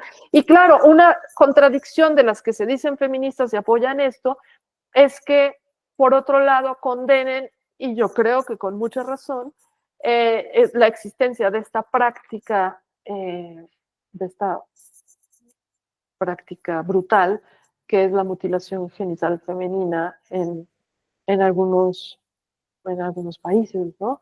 Yo creo que está bien oponerse a eso, pero es muy contradictorio oponerse a eso en países lejanos y aplaudir que en tu propio país esto ocurra porque supuestamente hay unos niños que nacieron con cuerpo de niñas, ¿no? Sí, es también muy hipócrita, creo yo. Y ciclotímbrica me recuerda que le dicen lactancia humana, pues sí, por descontado, pero siempre se dijo lactancia materna y no había problema. Ahora, o sea, de verdad, la razón por la que están desapareciendo la palabra mujer o la palabra madre en hospitales, ¿no? en grupos de parteras, ¿no? Ya no hablan de madre porque, ay, podemos ofender a los que no pueden ser madres o a las que paren hijos, pero en realidad son padres. Esto es muy, obviamente no existe, pero las mujeres que se dicen hombres y que luego tienen hijos, se embarazan, pues se hacen llamar hombres embarazados, cosa que no existe, son mujeres. Por si no lo sabíamos antes, su embarazo lo pone de manifiesto. Entonces, para no ofender a estas personas, que son unas cuantas, pues nos cargamos a todas las mujeres, ¿no? Y dejamos de decirles madres, ¿no? Ya no, adiós al Día de la Madre, que para algunas madres eso es importante, pero no, es usar estas palabras tan fundamentales como, o sea, la primera palabra que típicamente dicen los bebés, mamá, esa relación, esa primera relación entre madre e hijo, vamos a dejar de darle la importancia que tiene para no ofender a unas personas que no aceptan su propia realidad. Esa es una manera de definir con toda la compasión que puedo tener por las mujeres que creen que tienen que hacerse esas operaciones horrorosas de las que les hablé, puedo darme cuenta de que su principal problema es que no aceptan su realidad, ¿no? Yo creo que el primer paso para cambiar una realidad es reconocerla. ¿Y qué es lo que ellas no aceptan? El hecho de que son mujeres, pues ahí sí, mamacita, no hay remedio, tendrás que hacerlo, pero ¿qué es lo que no te gusta? Que no puedes estudiar lo que quieres, que no puedes ser tan libre como quisieras. Pues enfócate en impugnar esa otra realidad. No es la realidad de tu cuerpo el problema, es la realidad social que te constriñe. Ese es el problema. Bueno, muchas gracias Isabel y Estefanía por sus palabras y gracias por haber estado aquí. Podemos... Laura, sí, sí. Para compartir un ejemplo concreto de lo que estuviste exponiendo. Bueno, yo trabajo como docente en la ciudad de Buenos Aires, y en la ciudad de Buenos Aires no hay un sindicato docente con muchas corrientes políticas, sino que hay 17 sindicatos docentes en la ciudad de Buenos Aires, porque cada corriente política tiene su sindicato. Entonces, no hace falta que la patronal divida a los docentes, porque ya se encargan los sindicalistas realmente existentes de dividirnos. Y estoy afiliado al sindicato de izquierda. Se puede ver ahí en pantalla la página de ADEMIS. ADEMIS es un sindicato dirigido por partidos que integran el Frente de Izquierda de los Trabajadores, partidos trotskistas de la tradición marxista, bolchevique, etc. El sindicato, reitero, al que estoy afiliado. Y participó del encuentro plurinacional y presentó allí esta guía trans travesti que aquí voy a mostrar. Quiero señalar 4 puntos, se puede descargar de la página. Quiero señalar 4 puntos y después proponer una actividad a ver si se puede hacer a futuro. Bueno, cuando define qué es la identidad de género, cita lo que ya estuvimos viendo críticamente, que es la ley de identidad de género argentina, que calca los principios de Yogyakarta, en primer lugar.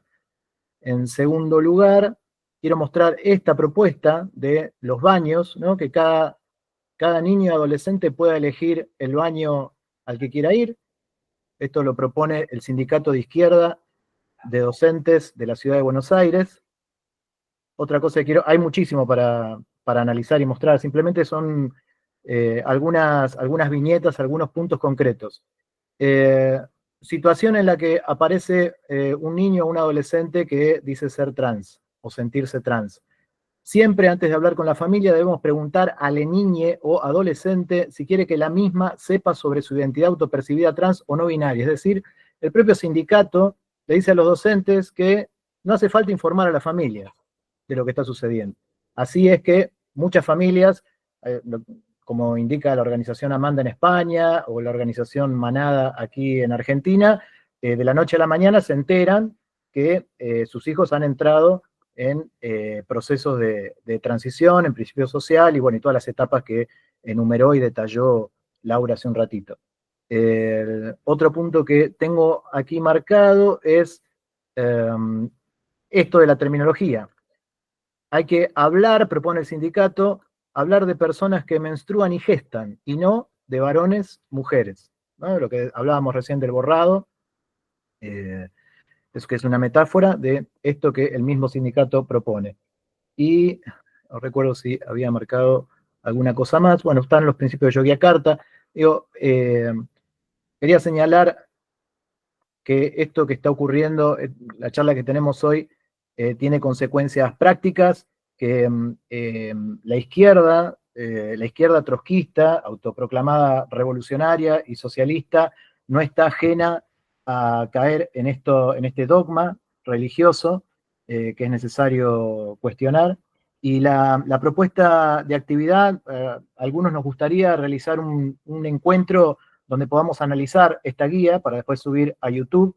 Así que si hay compañeras o compañeros con interés en armar este análisis crítico de la guía, después nos contactamos y hacemos un meet así, simplemente, y vamos página por página y analizamos críticamente esta guía de niños trans travestis. Sí, qué gran ejemplo y qué dramático, sí. Es como la velocidad con la que se ha colado este concepto en todas partes, ¿no? Y aceptado sin chistar, sin cuestionar, ¿no? ¿Cómo infancias transvestis? O sea, a una niña que se pone pantalones, ¿le estás diciendo travestida? ¿No? ¿Qué significa eso? ¿No? Y cuando por otra parte el transvestismo es un fetiche, los hombres que se sienten satisfacción sexual al ponerse ropa típicamente femenina o lencería femenina, eso es un fetiche. Entonces se está sexualizando a las niñas y a los niños cuando hablas de infancias transvestis. Esto es algo que nunca había visto, que se les llamara infancias transvestis. Sí, infancias transexuales o infancias transgénero. Y es cuando una lo ha estudiado a fondo, se da cuenta de que la invención de esto que llaman infancias trans, en realidad es una estrategia política para dar validez o para avanzar los derechos de unos adultos, ¿no? Entonces se está sacrificando a niñas y a niños para que el concepto de identidad de género innata tenga validez. Las niñas y los niños, las infancias transvestis y transgénero, pues son en esta ideología prueba viviente de que existe una identidad de género innata y no es algo que, por decirlo así, que un hombre haya adquirido por ver pornografía. Y no es un ejemplo que saque yo de la nada. Muchos hombres, por ejemplo, el famoso, uno de los hermanos Wachowski, ¿no? Famosos directores de cine, directores de Matrix y otras películas que pueden ser buenísimas de lo que quieran, ¿no? Pero son hombres que se dicen mujeres, que se empezaron a decir mujeres ya avanzados en años, uno de ellos ya después de los 40, y él mismo reconoce, uno de los dos, el más grande, que cuando empezó a coquetear con la idea de lo trans era viendo pornografía trans.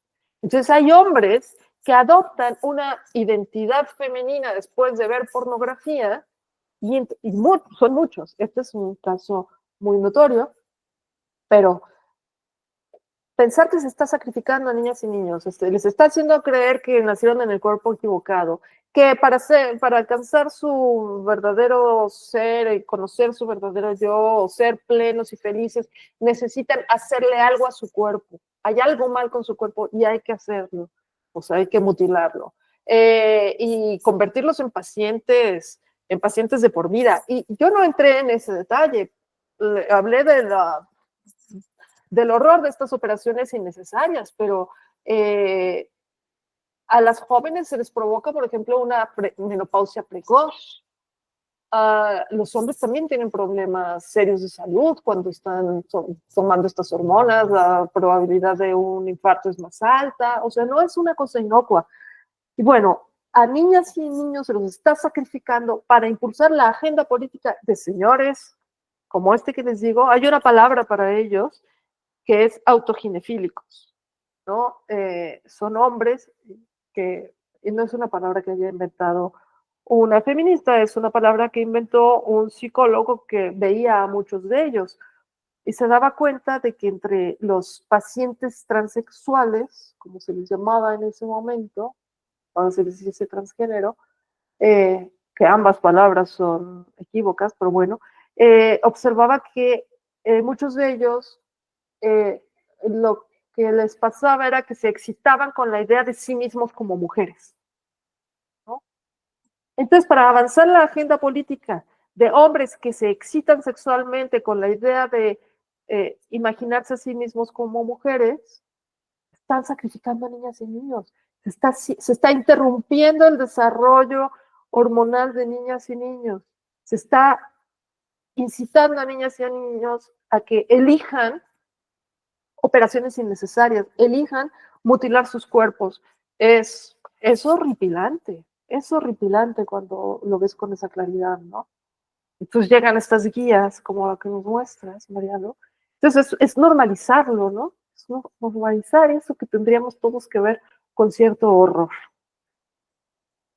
Otra pregunta, ¿crees que se ve el final de la ideología queer o ha venido para quedarse? No, para nada creo que haya venido para quedarse, Isabel.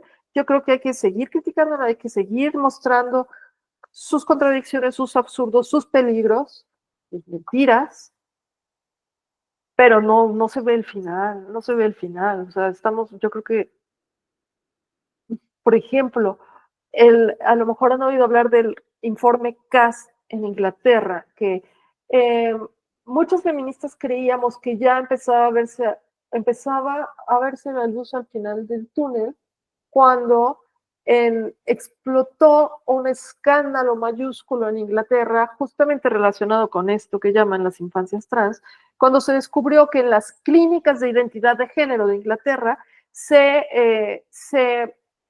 en una consulta, bastaba una consulta para mandar a las niñas y a los niños para darles el tratamiento de bloqueadores hormonales, ¿no? Y muchos whistleblowers, soplones se les dice en español, ¿no? Gente dentro de una organización que se da cuenta de cosas negativas que están pasando y da la voz de alarma, muchas veces de forma anónima. Muchos de estos decían, se está heterosexualizando a pacientes, a jovencitas y jovencitos que empiezan a descubrir en ellos la homosexualidad o el lesbianismo, y entonces les dicen, no, es que en realidad eres un niño en cuerpo de niña o una niña en cuerpo de niño. Entonces, dijeron esto, estos whistleblowers llevaban años diciéndolo, feministas lo dijeron, y finalmente explotó el escándalo, y vino de arriba la orden, y dijeron, esas clínicas de identidad de género se van a cerrar, la clínica de identidad de género de la Tavistock, se cierran, necesitamos una investigación a fondo, y se encargó esa investigación a una pediatra que se llama Hilary Cass, y decíamos, qué bien, ya se dieron cuenta, lo que tanto tiempo estuvimos diciendo, que con mucha facilidad se manda a estos niños a la transición, cuando en realidad su problema no es ese, pero, oh sorpresa, este año se conoció el informe final de Hilary Cass y da validez a la idea de identidad de género, al concepto de identidad de género. Y entonces dice, no todos los niños que dicen ser niñas, y no todas las niñas que dicen ser niños, les viene bien el tratamiento hormonal y les viene bien la transición médica, pero algunos sí. ¿Cómo que algunos sí? O sea, yo pienso que le falta muchísima claridad conceptual a esta señora Hilary Cass, y en su caso es especialmente grave la claridad conceptual, porque de lo que ella determinó en un estudio que llevó casi 2 años realizar, pues falla desde el inicio. No, bueno, es especialmente grave porque de lo que ella determinó depende, pues, lo que pase con las niñas y los niños a los que hoy en día se les hace creer que son trans, ¿no?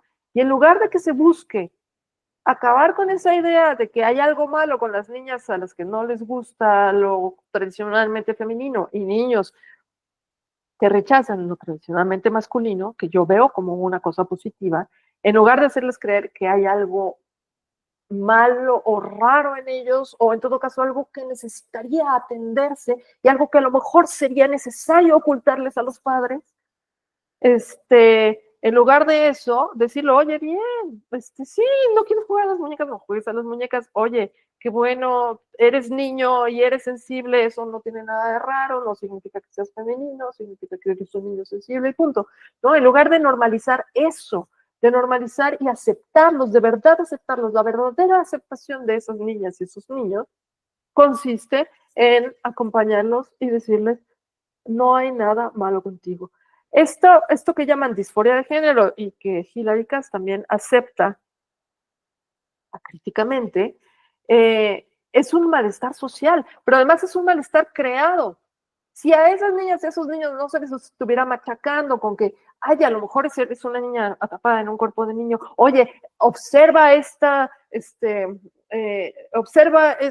gráfica en la que tenemos de un lado lo muy femenino y lo muy masculino, ¿en dónde te ubicas para saber si eres niño trans o niña trans? O sea, la disforia de género es algo inculcado en mí. O sea, no niego que pueda haber niños que de verdad sufren con eso, pero ese sufrimiento tiene un componente social muy importante. Un componente de que se están obsesionando con el tema, que en lugar de decir, pues sí, no me gusta jugar a las muñecas, y que listo, ya, adiós, empiezan a pensar, no, es que mi identidad, y lo que me gusta, y mis pronombres, y ser no binario, y mi ropa, y quiero que me llamen con los pronombres estos o aquellos, se convierte en una obsesión. Es parecido a lo que les pasa a las niñas anoréxicas. No sale de la nada, hay un contagio social de la anorexia, por eso hay modas, por eso hay épocas en las que hay muchas niñas anoréxicas, ¿no? Y esto ya se ha estudiado, por supuesto, se supone que es transfóbico hacer la analogía entre lo que les pasa a algunas niñas que de repente dicen ser niños y lo que les pasa a las niñas anoréxicas, verlo como un contagio social, que hay mucho de eso, se supone que es transfóbico, porque claro, todo lo que atenta contra el paquete ideológico identidad de género es transfóbico. O sea, esa es la manera de callarnos, hacernos sentir malas, ¿no? Y muchas mujeres, pues, en muchas mujeres eso se asemella, no se quieren sentir malas, y en efecto, callan. Pero una última pregunta, ¿qué estrategias políticas recomiendas a las activistas aquí presentes cuando en movimientos sociales izquierdistas que tienden a apoyar este tipo de dogma se debe resistir ante el uso del lenguaje invisibilizador hacia nosotras, entre otras repercusiones que representan conflictos de interés durante la toma de decisiones? Pues es lo que decía antes, o sea, yo no me atrevo a recomendarle a la gente que haga cosas que puedan poner en juego su trabajo, ¿no? O su pertenencia a un movimiento, pero yo creo que sí hay que medir fuerzas y preguntarse, a lo mejor ahora es momento de hablar, o por lo menos lo que está haciendo ahora Mariano, ¿no? Que vamos a invitar a otros docentes, vamos a analizar esta guía, ¿no? Romper ese silencio y ese cerco de no te salgas de la raya, no te atrevas a decir que no crees esto, romperlo poco a poco, ¿no? O sea, eso es lo que les comento, pensar en qué pueden hacer ahí donde están para acabar con esa idea de que todos creemos en la identidad de género, ¿no? Sí, cada quien desde su lugar puede, saludos y mi admiración desde Guadalajara, México, Holly. Muchas gracias, Holly. Qué bueno que estés aquí. Y Diana, por último, dice, el 1 de noviembre entra en Alemania en vigor la ley de identidad. Están haciendo un llamado a todas las feministas del mundo a manifestarnos en las embajadas de Alemania en cada país. Sí, eso es cierto. Las invito a informarse y ver si pueden organizarse con compañeros de sus ciudades a ir a las embajadas o los consulados de Alemania a pues manifestarse con alguna pancarta. Ya 2 mujeres con una pancarta cada una ya es una manifestación. Entonces, sí, esto puede ser una buena manera de decirles a las alemanas no están solas y de decirle al mundo no todos nos lo tragamos, hay problemas con estas leyes. Bueno, Laura, verdaderamente agradecemos muchísimo tu claridad, la que encontramos en el libro, la encontramos también en la exposición. Recomendamos el libro para aquellas compañeras que no lo hayan leído todavía, nos pareció un insumo muy, muy útil. Y te agradecemos mucho el tiempo y queremos agradecer a todas las participantes y a los compañeros participantes también por conectarse, por el respeto, la escucha y la participación. Muchísimas gracias, Laura, por tu compromiso y bueno, y seguimos contactados. Sí, por supuesto. Muchísimas gracias a ustedes, fue un gusto. Muchísimas gracias. Saludos a todos, gracias. Buenas noches y buenas tardes, según aplique. Gracias. Buenas noches. Gracias, Laura.